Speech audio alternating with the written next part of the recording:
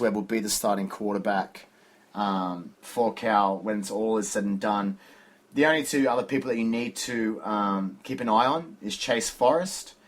He's a sophomore, redshirt sophomore actually. He's 6'2", 205. And the other one is actually Max Gilliam.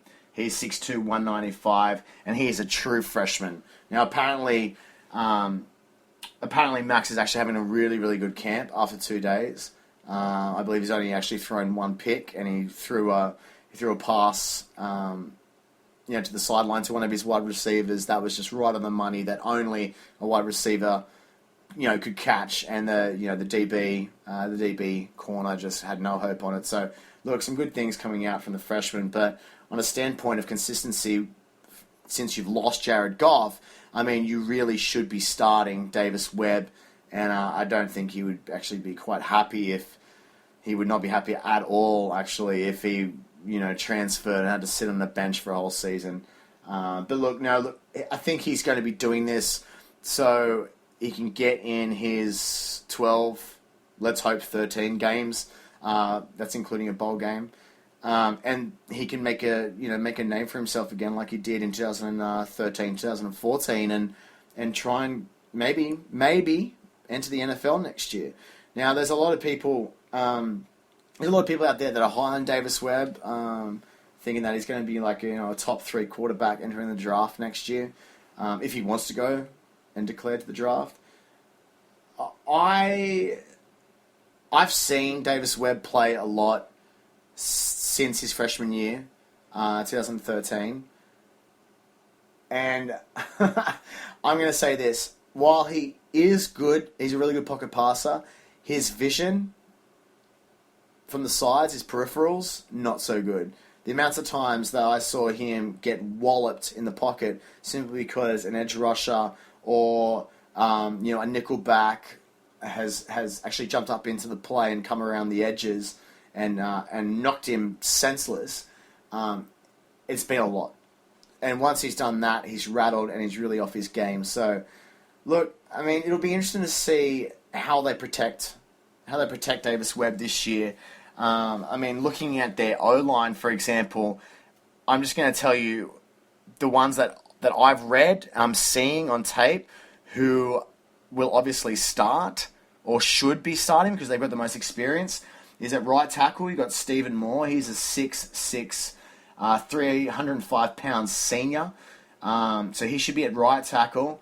Right guard right now, I can't see anyone, and I'm not hearing anyone that's probably going to stand out. If I'm going to put my money on it, I'd probably put on the junior college guy, which is Dwayne Wallace. He's 6'5", 330. Now, he's a redshirt junior, but he came out of junior college, so he's actually come up. It's Division I from, junior college. The center. Now, I've got 2 on this one. I've got Dominic Granado. Now, he's a red shirt. Oh, that's a tongue twister. Red shirt senior. Say that 5 times fast, everyone. Red shirt senior. He is 6'4", 290 pound, but who he's competing with right now is also a red shirt sophomore. My goodness. Red shirt senior, red shirt sophomore. Okay, everyone, say that 5 times fast for me. Record it, send it back to me because I want to hear. I'm going to do it 3 times. Red shirt senior, red shirt sophomore, red shirt senior, red shirt sophomore. My goodness. All right, I want to hear you all do that same thing. I challenge you all. Please send it back to me because we can all have a laugh at each other. Anyway, getting on with it. So his competition would be at center, Addison Ooms. As I said, 6'4", 295, red shirt sophomore.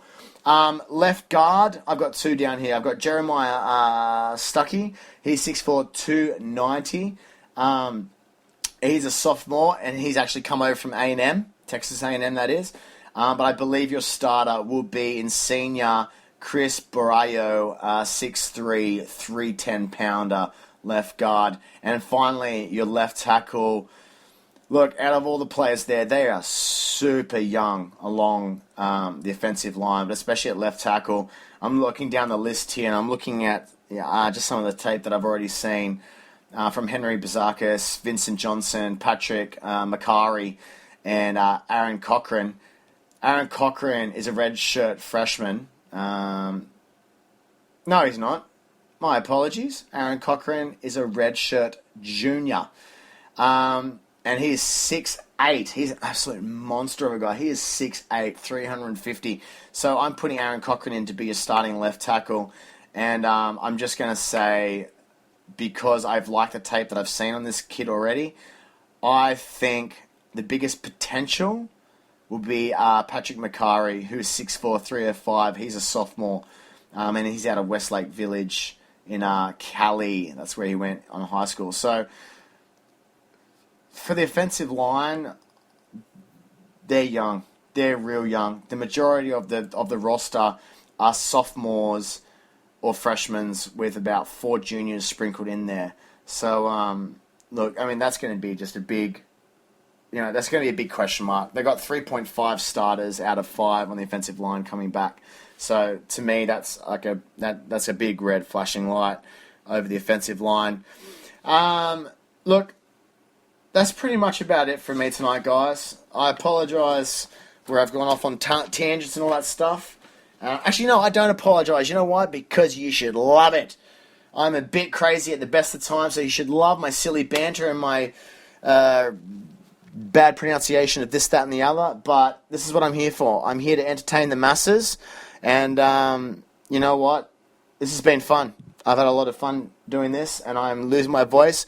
And I hope wherever you are listening to this, whether it's going to be in your car tomorrow morning or it's tonight as you're falling asleep and you're yawning, because the sound of my voice is actually soothing like a lullaby, and it's putting you to sleep as I'm saying this. No, look, hey, I'm going to bed, guys. I am tired. I got to get up to MacArthur Square tomorrow. Last day of work. So happy Friday, everyone.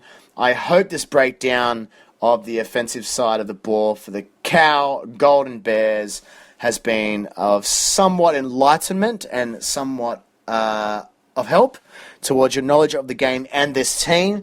I will endeavour to bring out a defensive breakdown of Cal next week, and then over the following week and a half to 2 weeks before the game, if my memory serves me correctly of counting the days of the next 2 weeks, I will endeavour definitely to get you a Hawaii breakdown of both the offense and the defense leading up to 23 days from now, Cal versus Hawaii at ANZ Stadium.